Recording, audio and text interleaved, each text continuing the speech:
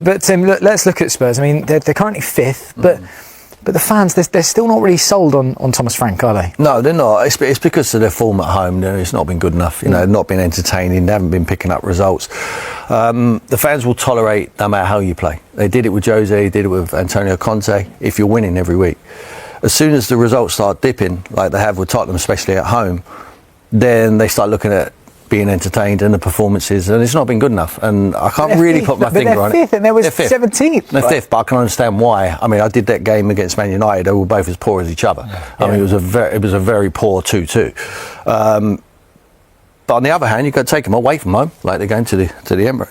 It's going to be difficult. They make it difficult. They play on a counter attack. They're not under as much pressure to play a certain way, like the home fans bring. They can play how they want. They can suck up the possession. They can suffer. They don't mind suffering out without the ball. Then they've got pace. They've got likes of Kudos, who's been refreshing. He's picked up a few injuries, but when he's played, he's been. I think he's been a plus. He's not been outstanding. I don't think he's ever going to be outstanding. I think he's not consistent enough to be that man. But he has moments, and hopefully he can have a moment at the weekend. I mean, looking at Spurs, though, and going back to what you were talking about with Thomas Frank, this is Spurs' first season without both Son and Kane, who were their goal scorers. And they've had injuries to Maddison, Solanke, Kulusevski all season. Is it too early to judge Thomas Frank? Oh yeah, certainly. Yeah, we've got to give him the time to be able to do it and get them players back, because it helps with Kulusevski. I think he's got a load of flavour, and certainly Maddison has as well. They can make you play. They can give you a little bit more control in the game. At the moment they're playing, they're all similar. They're wide. I've said it before. Xabi Simons they was bringing in. I wasn't convinced. I was here when he come in, because I felt he was similar to Odergard. He was similar to Tell. He was similar to what they've already got. Kudos has come in. I thought he was quite similar, but he's a little bit more personality. I think he takes the game to the opposition a little bit more, and he's got more end product. Centre forwards, they've had injuries to Solanke, you said that. Richarlison's like hit and miss. You don't know what you're going to get. Sometimes he's a 10 out of 10 and sometimes he's a 2 out of 10. It's just, you've got to take the rough with the smooth with him. So I haven't been really impressed with Tottenham, even though their position in the league is fine at the moment. What is success for Tottenham at the end of the season? They've had the Europa League success. They've had the Open Tour top bus. They've tasted it. If they was to finish outside of European places, and which is very Champions League or European places, outside place. Champions League. Sorry, outside fourth or fifth, I think possibly. Then it would be a failure if they didn't win a domestic trophy. They already lost the biggest game of the season, which was the Newcastle game in the Carabao Cup. For me, that was a huge game of football. They had to win that. It was away from home, but they got beat. So I think they're up against it to have a successful season, because the only thing the Tottenham fans will see as a success is to finish in the Europa League or Champions League. Sorry, Europa League will not tick the box for them. What have you made of Julian? What have you made of Thomas Frank and Spurs so far? I think the Spurs fans are a little bit too harsh. I don't know if it's too harsh. I think Tim said it really well. He's a pragmatic coach. So I think the defensive structure came first, although they considered a bit lately. But certainly, I think they would be solid first and foremost, and then they would probably play a bit more with the ball. I think the Son and Kane point is very interesting, because they knew for a long time that Son would not be there. And yet they waited the last day of the transfer window to sign Colomwani on loan, who is not really the answer. We talk about Richarlison and Solanke. Colomwani is another one. He's not world class. He's a good player. If you play on his strength, he will give you a lot, as we saw in the Champions League game against Copenhagen, for example. But he's still not Brazilian Ronaldo either. So I think in the recruitment in the summer, I think there's question to be asked over what the club did at the time. We said they missed out on Eze, for example, and things like that. I think there's a lot of questions mark over that. But now he's got these squads. I think they will improve. He needs more energy, I feel, from the fans. And I know it's difficult at home, but he feeds off energy, Thomas Frank. That's what he did at Brentford. And even from the players, sometimes I feel like they're not really responding in terms of energy in the way he would like them to. This game on Sunday, it is massive. It's the biggest game. It is the biggest game. And for this Tottenham side, and for the players that are injured and currently the squad that they've got, are we going to see a bit of a scrap? Is this going to be a proper battle? Is that how they're going to get through this game? I'm not sure you're allowed to do that anymore in the modern day. But do you know what I mean, though? Is it going to be one of those, backs against the walls? Exactly. Is it going to be? It will be a low block. It will be you break us down, and we'll try and catch you on the counter attack. Yeah, that's what it'll be. Long throws, set pieces. I mean, Thomas has said it in his press conference today. If we can nullify them on set pieces, we're half the battle. Now, they're good at set pieces as well, Tottenham. They've got their own threats. And Gabriel missing is going to be a huge blow for Arsenal. But Arsenal they want to go out there and put a performance on. You cannot underestimate how big this game of football is for Arsenal.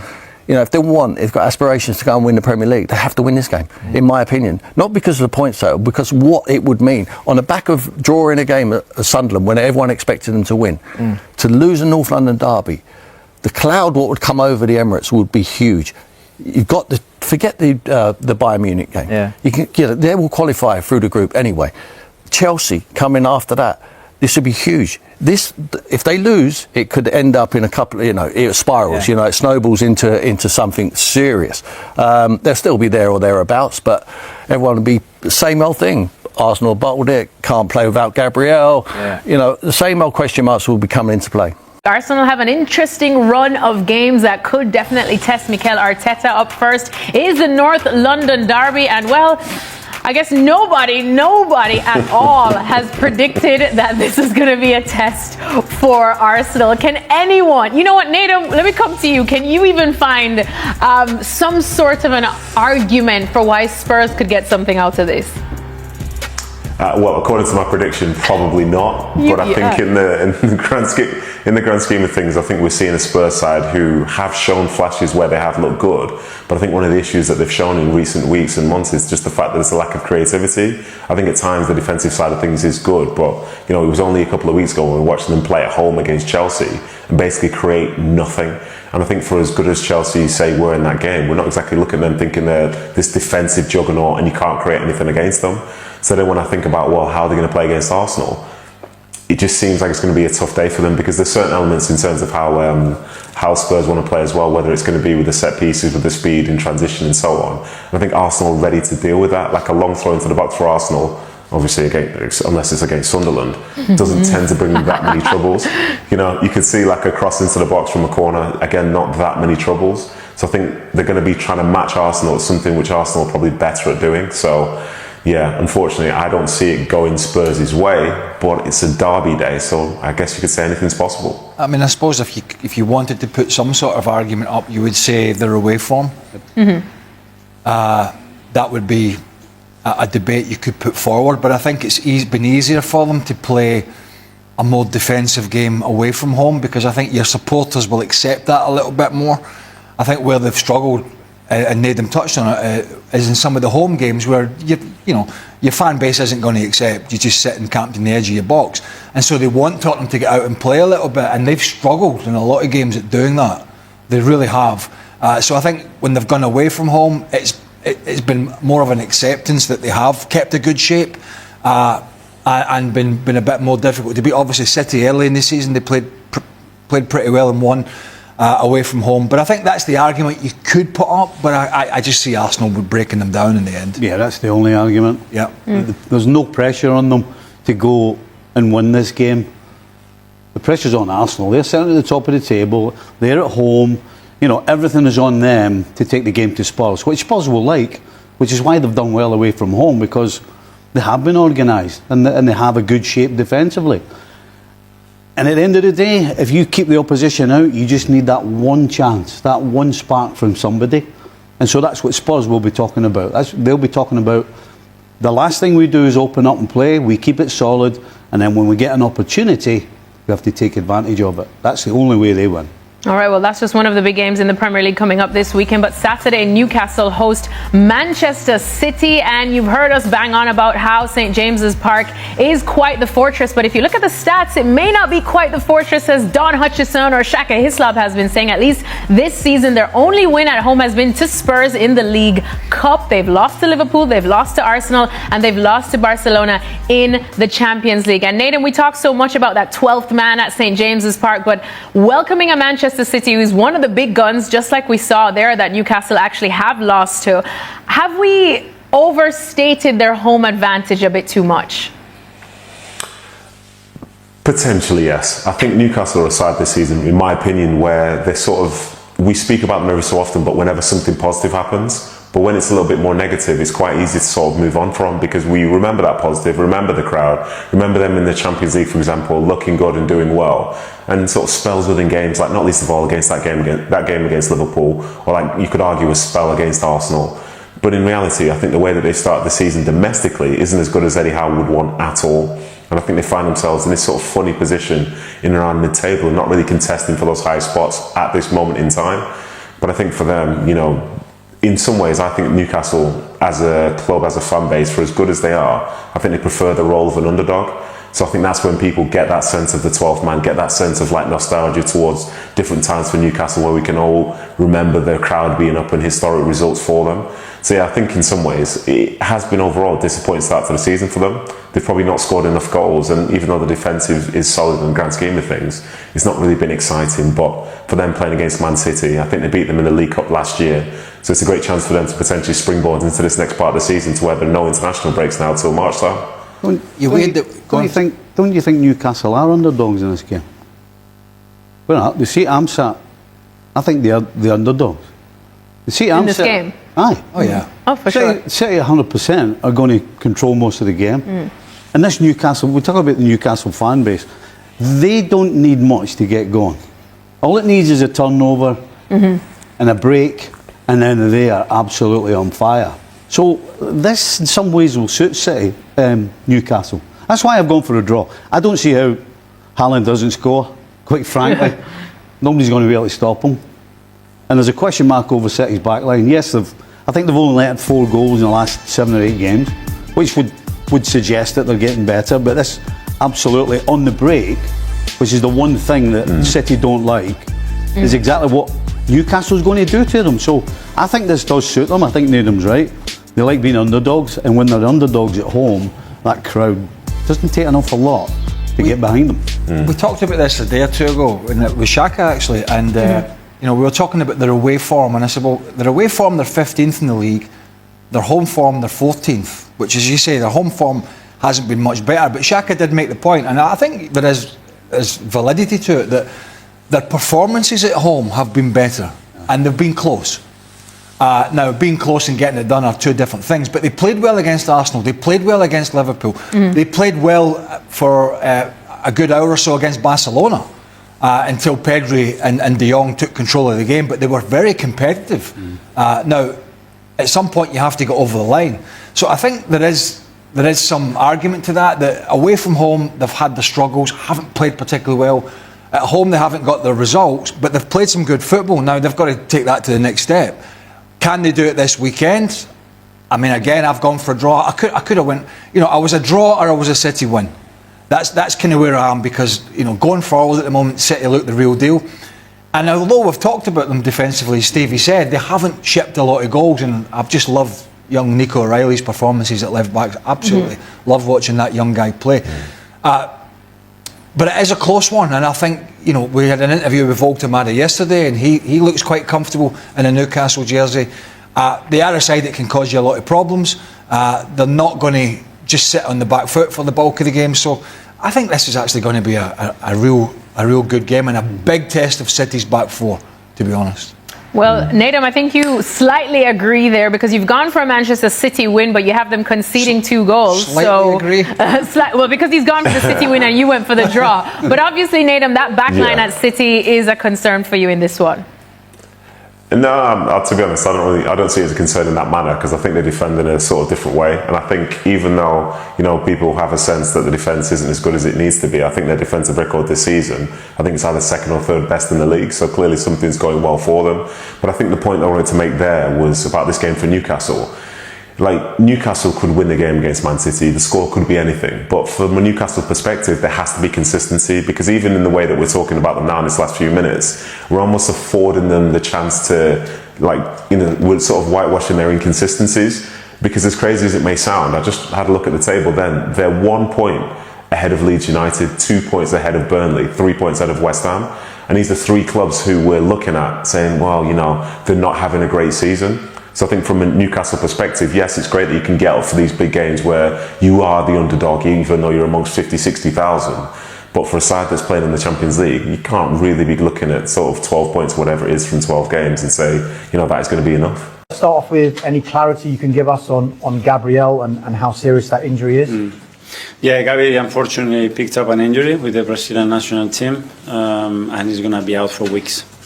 Can you give us any more clarity? No, we need to have another scan. I think it's next Wednesday, and we will have the timeline probably much more clear than we have at the moment. It's clearly a blow, but have you ever felt more comfortable about the players that you can actually bring in and the options that you have when you have injuries like this? Yeah, it's clearly a blow because it's our leader in our backline, and to missing obviously is never a positive thing. The good thing, as you mentioned, is that we have very good options, and people have to stand up now and do the job. Riccardo Calafiori missed the Italy games. Is he okay? Yeah, he missed it. He wasn't available. He's been carrying a few things, and we have to bring him back. And he hasn't trained yet, so tomorrow we have another training session and see how he is. What chance the other injuries that you've had in Gyökeres, Martinelli, and the other longer term ones in Jesus, Havertz, Madueke, and have I missed anyone there? So, yeah, we put a lot of energy during the international break with all the medical staff as well to try to bring them as quick as possible. So tomorrow we have another training session, see how some of them are feeling, whether it's a bit too close to bring them in this game or we feel that they can have a contribution in the game. So tomorrow we'll have more clarity. So there is a possibility some of them could be in the squad? Yeah, well, I'm hopeful that we can make another step tomorrow, but certainly I cannot tell you. And you can tell us the names of those? No, I didn't think so. I can. I'm not going to do it. I know you've spoken about the North London derby before, but you've managed the North London derby. You've played in some of the most ferocious derbies in world football. What makes this one so unique, so special for you? It's just different. I mean, it's a big city, but it's a big rivalry. It's a part of London that we want to conquer. They want to do the same. There's been a lot of shifts as well over the years as well. Who's been more dominant, and it's just beautiful, especially when we play at home in front of our people. We know what it means to them, and the energy that they're going to bring, the energy that the team is going to bring in every single action, and it's just a privilege to play those kind of games. So we cannot wait to get to Sunday. You mentioned the fans, and obviously it means so much to both sets of fans. But how big is a challenge is it to separate what their needs are and trying to focus on what is just a game that you want to win and you must win to get 3 points? It's about bringing it into the table. That's the context of the game, and that's a superpower. When you have everybody playing with that passion and with their emotion with the team every single ball, it makes a difference. And we've been very privileged the way that the fans have been with us at the Emirates, and especially against our rivals. And on Sunday, I'm sure that the team is going to behave and make them very proud. You mentioned the recent record. It has been very good. From your perspective, 5 wins and a draw in your last 6 North London derbies. Can you put your finger on why the record has been so good? Have you been able to separate the actual occasion with the actual game? Yeah, it's a game that emotionally requires something else, and you cannot be too hype, but at the same time, that game demands that in every ball, in every action, you have to be at it a bit more than in any other game. And we have found a really good balance. Obviously, we played well. Sometimes we have deserved to win. Sometimes we've been a bit lucky as well to win. That's fair as well to say. So on Sunday, we need a really, really good performance to beat them. I wonder, Mikel, if you've seen Wayne Rooney's comments about his 3 outstanding players of the season so far. No. Semenyo was one. Good. Brian Mbeumo was one. Okay. Victor Gyökeres was the 3rd one. That one is very good. Just following up on that, he has come under a bit of criticism. Can you allow yourself a little smile like you're doing now? Well, I'm really glad that this is coming from someone like Wayne, his experience and the kind of player that he was. I'm sure it then is not just related to the goals that he has scored, but the contribution to the team number 9 can do, and the impact that Victor has in our team, his work rate and the way he opens the spaces for other people. the time that he generates for us, and then as well the level of threat that he's brought to the team, which is magnificent. So really happy to hear that. Thank you. Good luck. Thanks very much. We'll go to Jake from PLP. Hi. Hi. How different a challenge, though, is Tottenham this season than they were last season, do you think? Well, I think every game is very different, and in the same season as well, depending on the momentum of each team, the games are very, very different. I think Thomas has brought something very different to what he had before as well, and you just have to see his record and how remarkable job he did in his previous club, and he's given a very clear identity to the team, how they want to play, how they want to compete, and it will be very tough. Some people have suggested that where they are in the Premier League table has maybe flattered them based on how they played. What are your thoughts on that? I think when you start to be in the part of the season that we are, I think you have to really earn the right to be where you are, and I think they've done a lot of very, very good things that they deserve to win. They won in some tough places as well. The record away from home has been very impressive as well, so you need to merit that. Nobody gives you anything in this league. Manchester City play tomorrow night, obviously ahead of you. If they win, they'll be 1 point behind you. Do you feel them kind of coming after you a bit? No, everybody's going to try to win every game, the same as we are going to do. We just have to go game by game, control the things that we can do, prepare very well tomorrow. For Sunday, we have a beautiful game ahead of us, and that's what we can control. And just lastly, a big opportunity for whoever you decide to play in place of Gabriel. Yes, for sure, and that's what we're looking for. And the good thing is that we have rotate and play players in different positions very, very early in the season, and whoever plays is going to be ready to do that. Alex, BBC. Hi, Mikel. Start of a big week with Tottenham on Sunday, then into Bayern Munich, and then another London derby the following Sunday. How would you prepare and deal with these matches coming up, especially when you've got the injury issues you have at the moment? Well, we've done the preparation and the international break. We knew that that was coming, was again very intense but beautiful as well. We have a very tough start of the season as well. We're ready for that. And now have everybody healthy, of the most of them healthy, which is a key thing obviously, and then again get in the rhythm, start to generate momentum again. We are in a really good moment, and we need to continue to do that game by game, because the games are going to be very, very thick and fast, and we need to be ready. Everybody has to be at it. It's not just Arsenal that are suffering with injuries at the moment, Tottenham as well. I'm seeing it across football. A large part of both squads could be out if they don't come back for the match on Sunday. But do you think injuries are taking away from the quality of the game at the moment? Well, injuries are part of football. Obviously, the demands that those players have in the way that the schedule is, obviously, is more demands than ever, and probably that's going to bring more injuries. We will try to avoid that as much as possible, but you can see that in many clubs, even in different countries as well. So we're going to have to live with that. And then just on Gabriel Jesus, how is he getting on in his rehabilitation? Very good. So he's doing everything with the team at the moment for the last almost 2 weeks. We're going to give him some exposure as well internally with some games, so he gets that fitness. But he looks really good in training, and he's going to be The future of Ethan Nwanery's potential loan move is suddenly uncertain, as Arsenal remain wary of repeating past setbacks caused by injuries. According to recent reports, the club is open to sending the young midfielder out on loan this winter, but the idea raises immediate questions. Nwanery has become the talk of the moment after a report from the Daily Mail suggested that Arsenal are considering a temporary move for the 18-year-old. Despite his limited minutes this season, the thought of letting him leave, even temporarily, comes with significant doubts. Back in October, Mikel Arteta publicly insisted that Nwanery would have plenty of opportunities to play, pointing to the fact that the teenager had already been called upon when Martin Odergard was injured. "I don't know, but I don't work with expectations," Arteta said at the time. "I work with what the players can give in the context of where the team is at that moment." Ethan played 2 Premier League matches early on because Martin was out. He's played in other competitions and he'll play more. Yet the reality has been very different. Nwanery has logged fewer than 500 minutes this season, appearing in just 5 of Arsenal's 11 Premier League games, none of them as a starter. His only starts came in the 2 EFL Cup wins over Port Vale and Brighton, and in the 3-0 Champions League victory against Slavia Prague.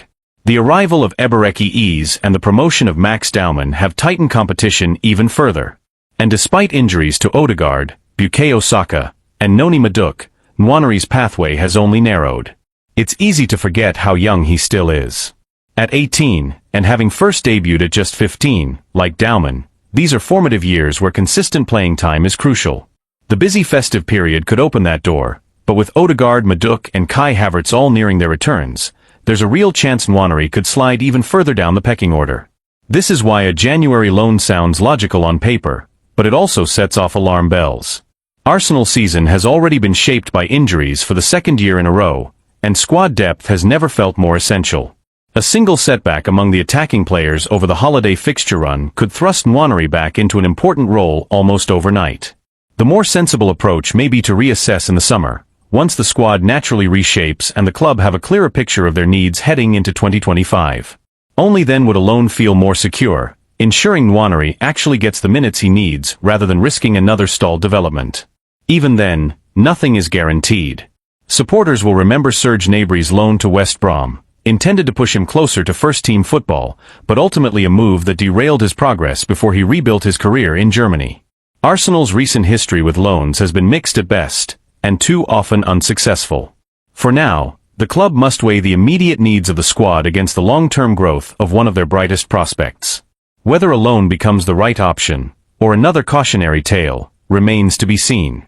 But the complexity of Nwaneri's situation extends beyond simply playing time and squad depth. Inside the club, there is an ongoing debate about how quickly young talents should be exposed to the pressures of elite-level football. Some staff members argue that Nwaneri's technical level is already above many players his age and that keeping him close to Arteta's structure will accelerate his development. Others believe that without consistent starts, and without a clear pathway to earn them, his progress could plateau. The uncertainty has also stirred conversation among supporters and pundits.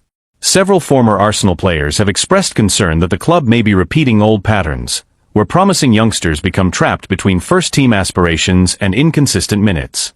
Others, however, believe the club is being careful for the right reasons, protecting a player who still needs physical development before facing the demands of weekly Premier League battles. This internal and external pressure has placed added scrutiny on Arteta's handling of young talents this season. While he has been praised for trusting academy graduates in the past, the balance has become harder to maintain now that Arsenal are competing on multiple fronts and aiming for silverware. Every decision carries weight. Resting senior players risks losing points, while overusing inexperienced teenagers risks injury or decline in confidence. There is also the broader question of what kind of loan would actually benefit Nwaneri, should the club eventually decide to pursue one.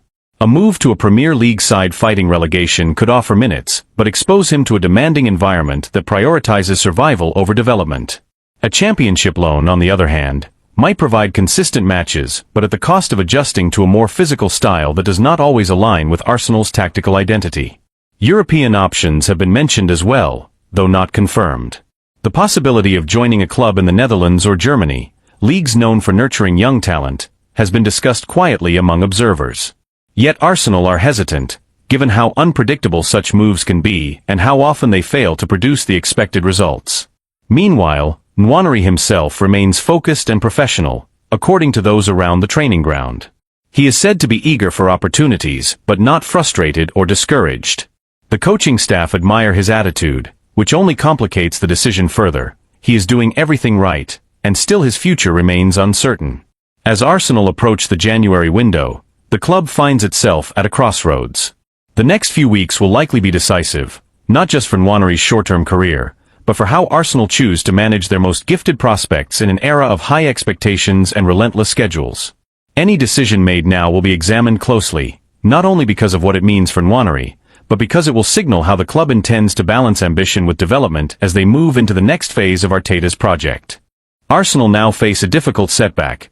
Piero Hincapié may have to step into the North London derby under less than ideal circumstances after Gabriel's injury blow.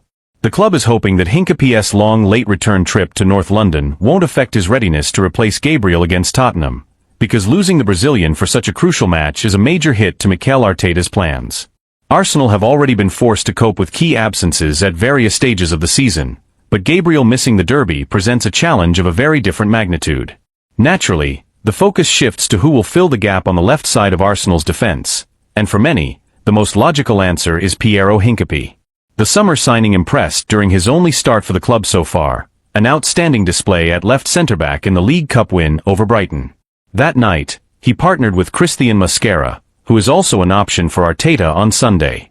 One possible configuration would see William Saliba move to the left, with Mascara taking his place on the right, depending on how heavily Hincapie's international travel weighs on Arteta's decision. And that travel is far from insignificant. The Ecuadorian defender is currently away with his national team.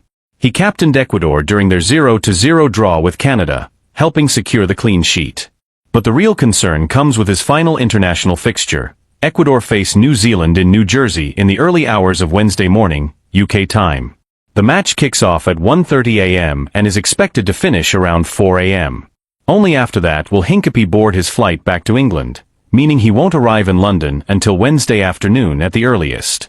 From there, he will have just a handful of days to recover, settle back in, and prepare for one of the most intense fixtures of the season. The slight silver lining is that the derby falls late in the weekend, giving him as much time as possible to reintegrate.